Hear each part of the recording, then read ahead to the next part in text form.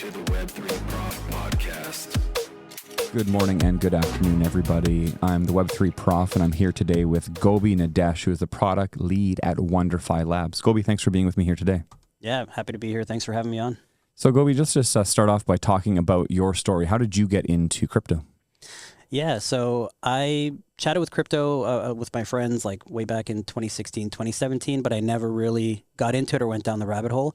I was working pretty traditional jobs in professional services at like large corporations. And in 2020, when the pandemic hit, the company I was at kind of laid off all their Toronto staff. And so my wife was 5 months pregnant at the time.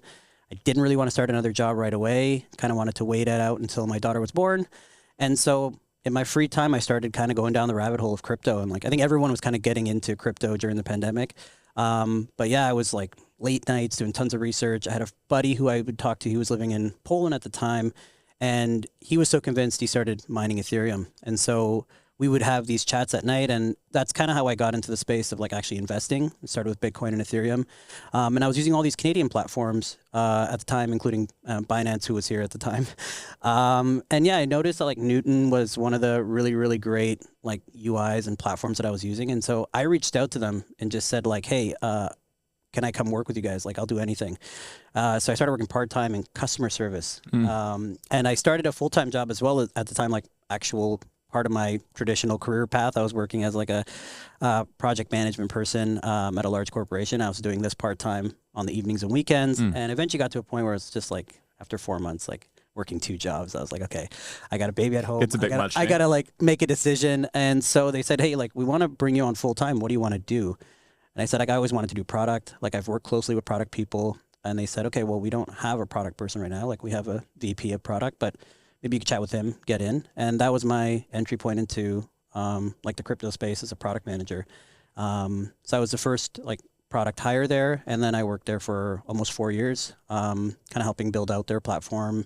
And it was a wild ride. Like I think when I started there, they had about 40,000 users. When I left, it was over 750,000 users. So Wow. It was an incredible ride. Learned a ton. Like a year in crypto is many, many years in the traditional space. So yeah, and then from there, I eventually, like I was doing more and more DeFi Web3 things on the side, and Wonderfi was starting up their labs team, and it seemed like a perfect fit to go and kind of make the jump to the next stage of my career, moving from centralized exchange to more decentralized products. So Wonderfi has been a pretty big story in Canada over the years, maybe most notably Kevin O'Leary investing into Wonderfi. Yeah. So can you just tell us a little bit about Wonderfi generally, and then we'll get into talking about labs. Yeah, for sure. So the two co-founders of Wonderfi, Kong and Kartik, actually started Wonderfi back in 2017 as a DeFi company here based in Vancouver. They're both from Vancouver. And when 2018, when the market kind of downturned after the ICO boom and crash, they realized that maybe retail was not ready for DeFi yet. They needed more sustainable on-ramp, off-ramp platforms. If you don't solve that problem first, well, then you can't bridge people into DeFi Web3. And so that's where they kind of switched priorities and moved into acquiring centralized exchanges. So they started with BitBuy, then acquired CoinSquare and a few smaller Canadian centralized exchanges. And now, you know, with over 2.5 million users and several billion in assets under custody, they've decided to kind of start up Wonderfi Labs to kind of go back to their roots of like, hey, we were passionate about DeFi Web3 and building products in that space. And so now, you know, under Wonderfi, they can still do that. And you have the user base that you can now kind of handhold and bring and bridge them to this space as well. So yeah, it's been incredible, like 6 to 8 months now since Labs has started. And our focus has entirely been on building DeFi Web3 products. All right, so let's talk about Wonder. So Wonder's a layer 2. Yeah. So tell us, like, what does a layer 2 mean? What is the layer 1 of the layer 2? Yeah. And how do these things relate to each other? Yeah, for sure. So a lot of people, I think, discover the hard way what gas fees are. So you get into like crypto investing. For me personally, you know, I buy Ethereum. And there'd be like, you know, I'd be on Twitter or Telegram or whatever, Discords, and there's like, oh, there's this cool application where you take your Ethereum, you could do something with it in the Web3 space. And I remember like during 2021 bull market, I'm moving like $100 worth of Ethereum because I just want to play around with this application.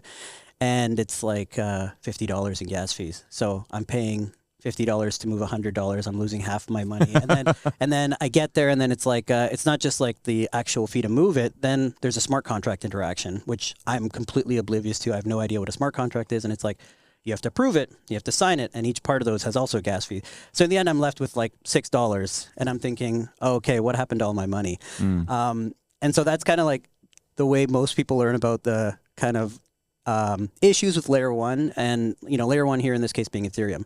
So layer twos came out as a solution for kind of the blockchain trilemma of like having security, being cost effective, but also maintaining speed of transactions. And so layer twos build on top of layer one. So an example is like Wonder as a layer two. It's built on top of Ethereum layer one, which means that we can actually have transaction fees that are way, way less, like fractions of a penny.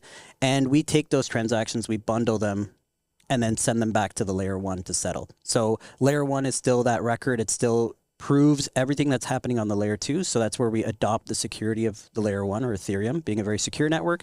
And layer twos kind of allow for this. So there's many, many layer twos now, probably hundreds of layer twos that are. Oh, is there really that many? Yeah, on top of Ethereum. Some are very large, some are very small, some are general purpose, like you can use it for anything. And some of them are more purpose built, like, hey, this is specifically a layer two built for gaming. Yeah. And so they attract developers who want to build in that space, and their tooling and their blockchain is kind of built for that use case. Okay. So is the reason that Wonderfi felt that we needed another layer two because you had this user base? Because obviously Coinbase did this. Yeah. And I don't know, are there other centralized exchanges that have layer twos? Yeah. So Kraken launched Inc. So they have their own layer two, and this has kind of been a trend of centralized exchanges launching their own chain. I think it makes sense from a business perspective you have this user base. If they're going to go to another chain to do their interactions, why not build it for your users? But I think for me, that was kind of the separate issue. The vision that I bought into with Wonder was that they were looking at the core central problems that still existed in every layer two. So every week there's a new layer two, or every month there's a new layer two that's hyped out and it comes out. But it still has the exact same problems as every other layer two. And those problems being wallets. You still need end users to understand what a wallet is, what a seed phrase is, and all this stuff. So you're going to lose a lot of people there. The other thing is gas fee. An example is like there was a perpetual trade application on Arbitrum, where you basically can go and buy any assets, long, short, etc. So I move USDC from Ethereum to Arbitrum. I go to do the trade, and it says you don't have gas to do this transaction. You need the native token. I'm like, what is gas? Yeah. Why do I need it? Where do I get it? Oh, I have to go back to a centralized exchange now. Can I at least take my money back? No, you can't. You don't have gas to move it. So it's like, man, this stuff kills me. Right. And this happens. And like, this happens even to people who are experienced in this space. So now put yourself in the shoes of somebody who's never been in this space, and they're trying to do something like, oh, there's a cool application. Maybe it's not trading related. Maybe it's gaming or something. And they move their assets over, and then they're like, oh, I don't know what gas is. Okay, now my money's trapped as well. What do I do? Panic. So that gas paradox is a huge problem that people are not really focusing that much on. It's because they're building for crypto natives. They're building for Web3, and you're just fishing in the same pond with the same amount of users, So I think that was where I was really sold on the Wonder vision, is this freemium gasless model. And so how that works is we felt most transactions that are not trade related, non-urgent, don't need near instant finality on the blockchain, can be subsidized. Trading related transactions obviously are much more urgent. You're trying to maybe do an arbitrage play, or you're like a power user. Those users are accustomed to paying gas fees. And so those transactions will still have a priority fee. So you kind of have a freemium model. I see. Which means app developers who come in can take their Web 2 ideas, bring them to Web 3, and kind of forget about all those complexities for their end users. They just want their end user to do A, B, C without all of this extra stuff that end user has to learn or the developer has to teach them. So the difference with our layer 2 is that Paymaster, which is a smart contract that subsidizes the transactions, is built at the chain level. So you mentioned Base. There's a couple other chains that allow for this subsidy, but only within their ecosystem. So if you're using their wallet and you're doing your trading or whatever activity inside their wallet, they will subsidize it. But that forces you to buy into that ecosystem. we built the paymaster at the chain level, which means regardless of what wallet you're using, if the transaction you're doing meets our criteria of like, hey, it's not a trade related transaction, we can subsidize it. And the sustainable loop part of this comes in where users who are paying priority fees for like urgent transactions, a portion of that goes back into that paymaster contract to further subsidize free transactions for other users. So that's kind of the idea. What kind of transactions are non-urgent that you're saying, well, this would, okay, so if you're day trading or you're trading, you want to have your transactions approved immediately so you'll pay for them. What is the other side of that equation that you're referring to? Yeah, great question. So I'll give you an example. There are these community engagement platforms that exist where you go, it's kind of like Discord, but you go and you set up a community and then you have your users come in and engage in some way meaningfully with your app. So it might be like, hey, go promote our tweet or go and use this application and do X, Y, Z. And you get rewarded for that. Now, the platforms that do that are either completely Web2 type applications where users are rewarded with some sort of points and there's a leaderboard, but the points don't really mean anything. And it's just gamified with this point system. Mm-hmm. Then you have the other side where people have tried to build this, and I've used one recently where I went and did this engagement. It was really simple. It was like, hey, like read this thing, answer these quiz questions, and then you get like some sort of token for completing it. I went and I completed it, and it said I don't have gas to claim my reward. Right. So you have these like two different parts of it. So one is like completely not on chain and there really is no immediate reward for the user. The other one has immediate rewards for the user, but you are building specifically for crypto people in this side. So the first application that we built on our chain is called Engage. It's exactly that. So you can set up communities. You can instantly reward users for engagements because there's a wallet being built in the back end as soon as you log in.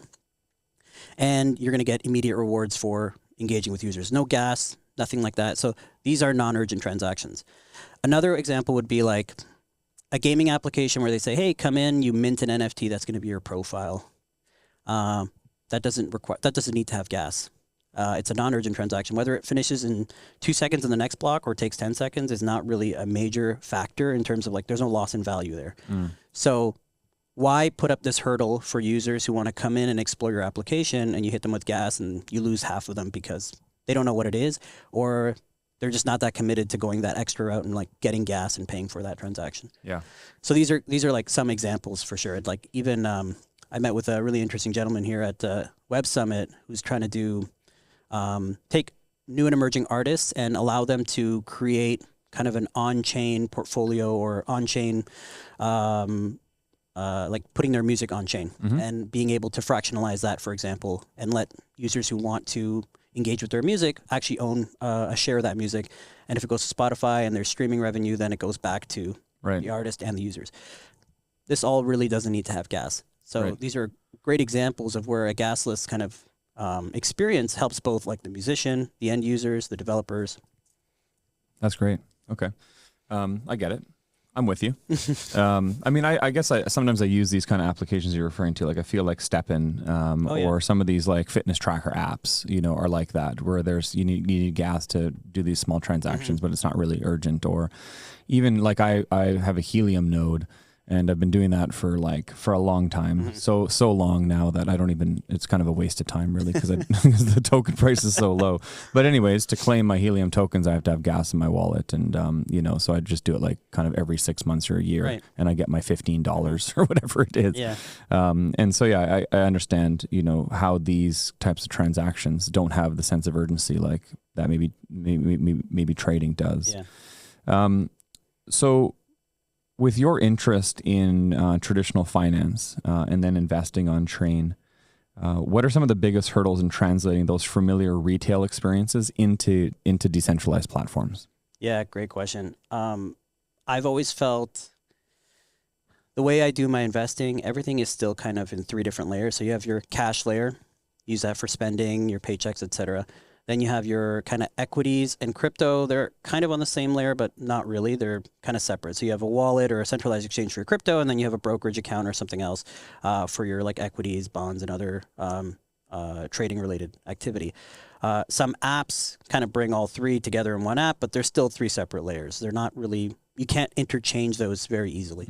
And so I think with bringing TradFi on chain, like I love to see like the new trend in RWAs, which is real world assets, and tokenizing real world assets. I think there's a huge opportunity for tokenized equities. It's been done before, like not very successfully, but I think now as institutional players come into the space more, and we're seeing some of that already with like BlackRock's BUIDL, which is tokenized money market fund, Franklin Templeton's tokenized money market fund. So they're doing some of these things on chain, but it's still not seamless. I would love the ability to like buy a stock, have it tokenized, and then immediately trade it for crypto in one single transaction, and back and forth. And then the other thing that this really kind of unlocks is what large players and institutions already do is using their portfolio or their investments as collateral for taking out loans, short-term loans that you need. So right now, if I had a bunch of, like an ETF that I've purchased and it's like very stable in price and it appreciates very slowly, if I needed cash right away, I'd have to sell that, get my cash, and then use it for whatever I need. But if I could just, if it was tokenized, I could actually put in a smart contract, take out a small loan against it, still maintain the underlying, yield on that asset that I'm holding, and then pay back my loan. Right. And I think there's a bunch of these opportunities that kind of open up for retail and for everyday users when we start to bridge this and bring everything kind of on one layer. Great. So since Wonderfi is a Canadian company and here we are in Vancouver, how is Wonderfi positioned as far as, impacting the regulatory environment here in Canada? You guys are a big player in the country. Maybe you're the biggest player, I don't know, as far as actual Canadian companies right now, certainly from a centralized exchange perspective. How does Wonderfi impact regulatory environment and user adoption in the country? Yeah, great question. Wonderfi being zero regulated, which is kind of the standard that every exchange now needs in Canada, which is Canadian Investment Regulatory Organization licensing. That provides a lot of opportunity for us to drive some of the regulation, but also to work with other players in the space to advocate for what sensible regulation should be. I think in Canada we've been overly cautious from a regulatory standpoint. I think there's some justification for it, some maybe unjustified, but overall, the thing it really hurts is kind of innovation in the space. There isn't as many Web3 DeFi developers in Canada. Like most of them leave because their products can't be successful here. Either they're going to be regulated to a point where they just can't keep up, or they're never even going to get to launch because of what they're trying to do. And I think where Wonderfi Labs is uniquely positioned is we have this 2.5 million users, and we can build products and show regulators that, hey, this is a safe avenue for users to go. And we've made it safe for these users to, successfully bridge from a centralized space to a decentralized space. So I think that's where we're kind of uniquely positioned because we have the regulators already and we already have the proper regulations. We can now build in this space and attract those developers who want to build in this space to be like, hey, it's possible, we can support you. And then, go back to the regulators and show that it works. Like when I think about Canadian companies, I can't think of any DeFi companies. I think of lots of NFT projects. I think of lots of gaming companies in Web3. I think of lots of like influential people who maybe are traders or who are maybe developers on some layer ones like Bitcoin and Ethereum. But I can't think of any DeFi projects. Yeah. Is that because of the regulation? And is Wonderfi Labs regulated in the same way that Wonderfi is? Yeah, great question. So Wonderfi Labs, it falls under the Wonderfi umbrella, but it is a separate legal entity. But it allows us to build products that we can essentially bridge those users to come in. But I think you're absolutely right. In terms of the developers in the space, there isn't that many Web3 DeFi developers in Canada, and I think it's part of that is maybe the user base here is just not as adopting of Web3 DeFi products, but also, the regulations are a little bit stifling for kind of creating innovation in the space. Yeah. Last week, I realized I had like $150 worth of maybe Ethereum in like my MetaMask wallet or something. So I wanted to do something with it. And I got to tell you, it was complicated. Now, I've been in crypto since 2017, and I was still struggling to figure out how do I get this money out of my MetaMask wallet. And first of all, MetaMask user experience is absolutely horrendous, so they should sort that out.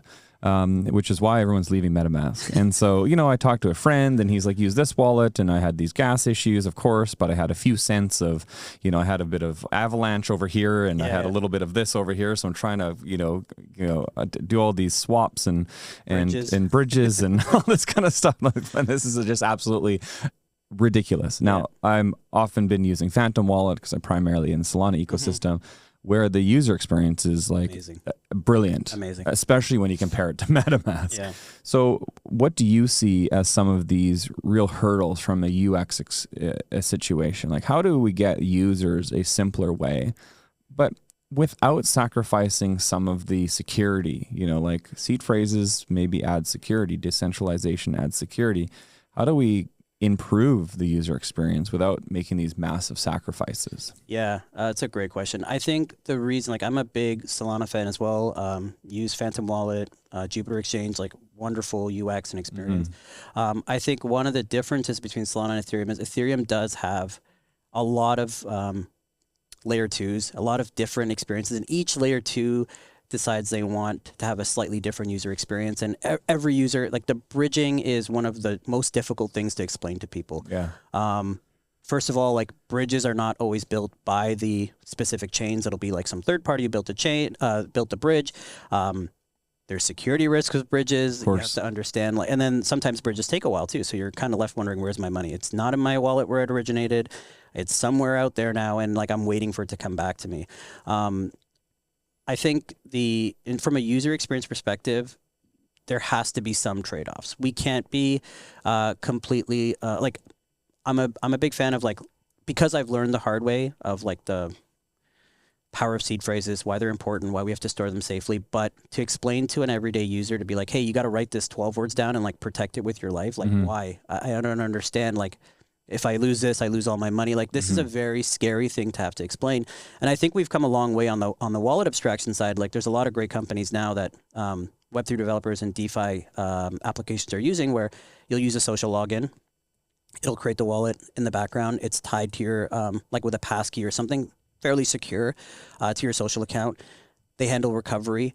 This is the bridge. Like, you can't go from, hey, I have a bank account, I don't worry about anything, and now I need to write down 12 words and protect it with my life. There has to be something in between to bridge these users and be like, hey, this is the intermediary. This is not the most ideal, but this will work, and then we can get here. So I think we can't be so kind of binary and like, it has to be this or it has to be this. There has to be some middle ground. And I think that's where adoption is going to come from. Yeah.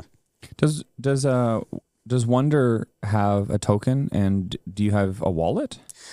We do have a wallet, Wonder Wallet. So it's a non-custodial wallet that we built. We released that at the beginning of the year, actually.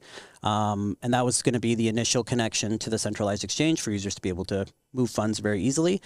We do not have a token. We may have something related to governance at some point, but for now there is no token discussions. So then when someone does need to pay gas on chain, Ethereum.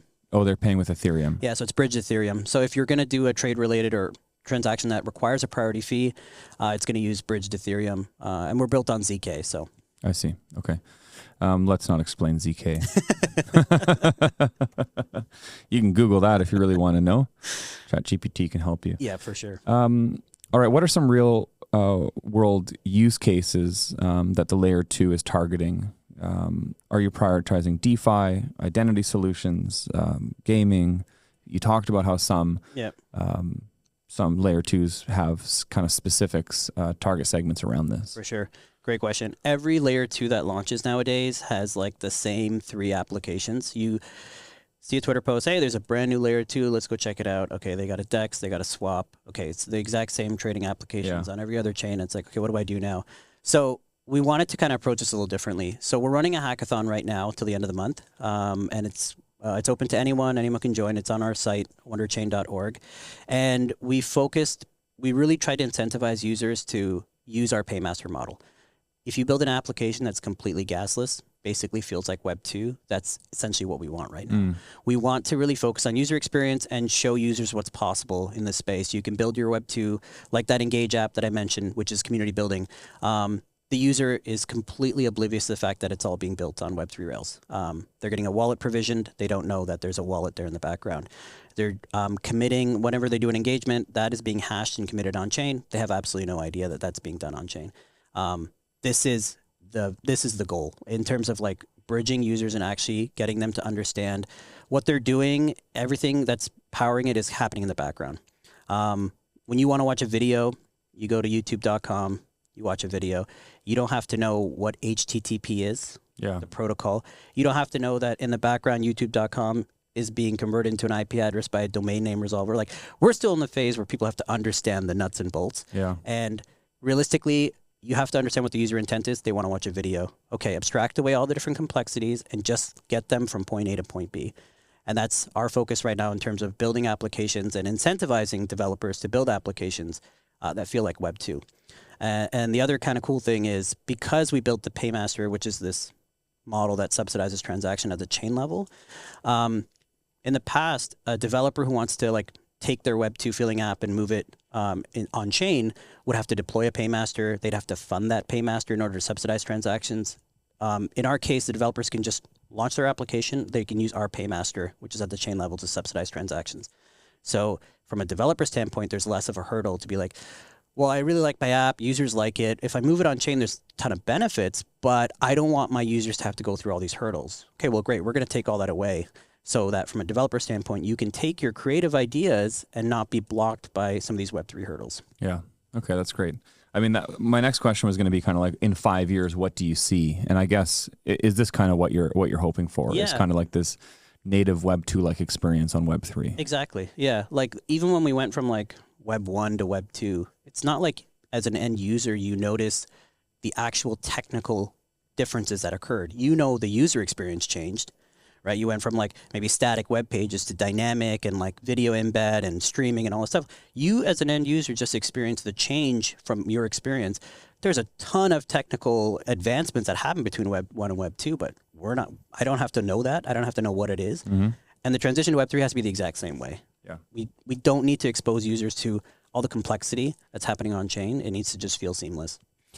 One last question. How does decentralization work with layer 2s? Obviously, Ethereum is decentralized. Are layer 2s also decentralized? And how does Wonderfi fall into that equation? Great question. So we're using ZK. It's just a protocol that we've built our chain on, and they supply the sequencer and the essentially the processor for our chain. So it is centralized right now, but over time you can actually decentralize. So you can create a way for people to run their own nodes, and then you can slowly decentralize. And that's usually the transition that most layer 2s take. They'll start off as centralized and then slowly work towards decentralization. So, and then what would the incentive be for me to run my own node? I'd be earning ETH? Correct. Since you don't have a token? Correct. So you'd be running the node, you'd be validating transactions or ensuring that transactions are not incorrect. And then therefore you'd be rewarded for the work that you're doing on chain. And is that in the roadmap right now to decentralize? The first goal right now is to improve that user experience and build applications that really embody our vision and our ethos of what we see for WonderL2. And then the goal is to progressively move towards decentralization. Yeah. That's great. Too many problems to solve all at once. Well, I mean, yeah, that's no secret, right? I mean, there are a lot of challenges, especially in building a project like this. There's no doubt there are some roadblocks to overcome. Yeah, and I mean, people who are in the space who are very strongly believe decentralization has to be the primary thing we focus on. Like, those are the people who are not going to really feel that like our priorities are in line with ethos of crypto and decentralization, but we're also trying to solve actual user problems as well. And like we feel that we solve the user problems, then we can still continue to get to that point where we're decentralized and it all is secure and everything makes sense, like most other layer 1s are. That's great. Awesome, Gobi. I think this has been a good conversation. I enjoyed learning about Wonder and what you guys are doing at Wonderfi. I think it's and it's also cool to see and hear about a layer 2 like this. I mean, that Yeah. excites me personally. I appreciate being with me here today. Where can we find out more about Wonderfi and even about yourself? Yeah, great questions. You can add me on LinkedIn, Gobi Nadesh. I'm the only one on LinkedIn. Easy to find. For our Wonder Chain, you can go to wonderchain.org. And then for things that we're building on lab side, that's labs.wonder.fi. So all the information is there. We have our socials as well, which is Wonderfi Labs on X. And we have a Discord community that we're building right now specifically for developer ecosystem. So getting developers in there, asking questions, and supporting them as they build on our chain. Awesome. Thanks so much for being with me. Thank you.